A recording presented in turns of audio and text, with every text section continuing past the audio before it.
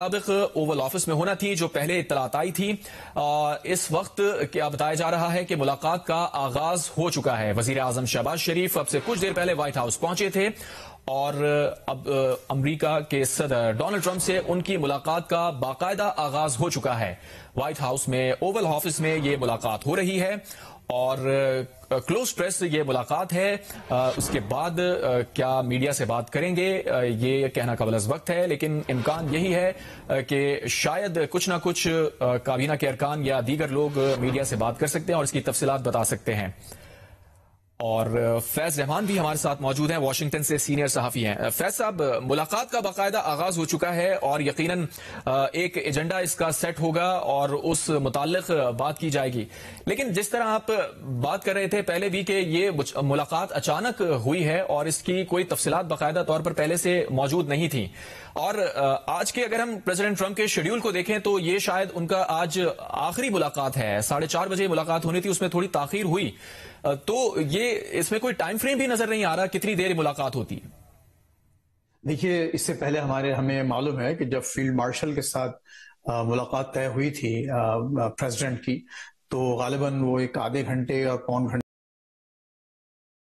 لیکن وہ 2 گھنٹے سے زیادہ چلتی رہی۔ ظاہر ہے کہ کچھ جو معاملات تھے اور پھر جو آپس میں جو ایک طرح سے جو دونوں شخصیات کی جو کیمسٹری ملی، تو آپ نے دیکھا کہ معاملات بہت آگے بڑھے۔ وہ ایک آپ کا پیوٹل ایک میٹنگ تھی، ملاقات تھی، جس کے بعد آپ نے اور کئی دیگر معاملات، بہت ہی مثبت معاملات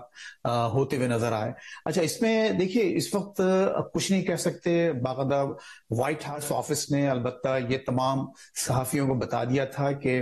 یہ میٹنگ پریس کے لیے کلوز ہے، پریس کو باقاعدہ ایکسس نہیں دی جائے گی، اور غالباً اس وقت ایسے ہی ہو رہا ہے کہ اس وقت کوئی میڈیا وہاں موجود نہیں ہے۔ لیکن جیسا کہ آپ نے کہا کہ ہمیں کچھ نہ کچھ تفصیلات ضرور ملیں گی اور ہو سکتا ہے کہ وائٹ ہاؤس باقاعدہ اس کا کوئی اسٹیٹمنٹ جاری کرے۔ ہماری طرف سے تو یقیناً کچھ نہ کچھ آئے گا، لیکن تفصیلات دیکھیں، لیکن اس میں ہم جو بہت موٹی موٹی باتیں ہیں جن کو ہم سمجھ سکتے ہیں، اور جیسا کہ ابھی آپ نے ذکر کیا، ہمارے دوست شاہد صاحب بھی کہہ رہے تھے کہ دیکھیے، پاکستان کا معاملہ یہ ہے، ایک اور بہت اہم پہلو پاکستان کا اس وقت جو رول ہے، ہم جانتے ہیں کہ اس وقت ٹرمپ ایڈمنسٹریشن کے جو معاملات ہیں، خصوصاً مسلمانوں کے حوالے سے، مسلم امریکن کمیونٹی کے حوالے سے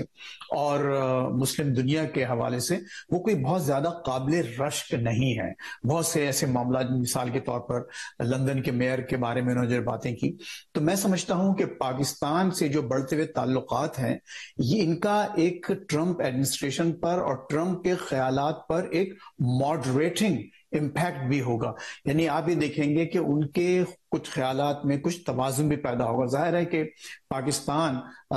غالباً سیکنڈ لارجسٹ، انڈونیشیا کے بعد سیکنڈ لارجسٹ مسلم نیشن ہے، only Muslim atomic power in the world, اور کئی ہمارے ایسے ایٹریبیوٹس ہیں جس کی بنیاد پر ایک بہت اہم ملک ہے۔ تو اس ملک کے سربراہان کے ساتھ جو آج ملاقات ہو رہی ہے،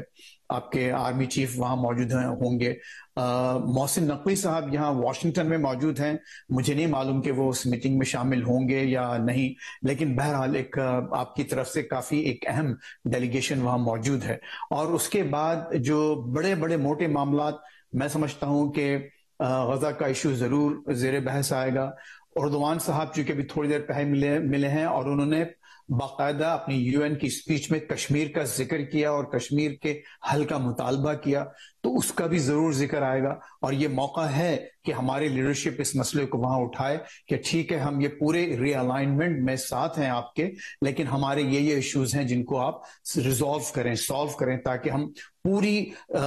یکجہتی کے ساتھ، پوری یکسوئی کے ساتھ ان معاملات پر عمل کر سکیں۔ اچھا دیکھیے، دوسرا اور بہت جو امپورٹنٹ معاملہ ہے پاکستان کے حوالے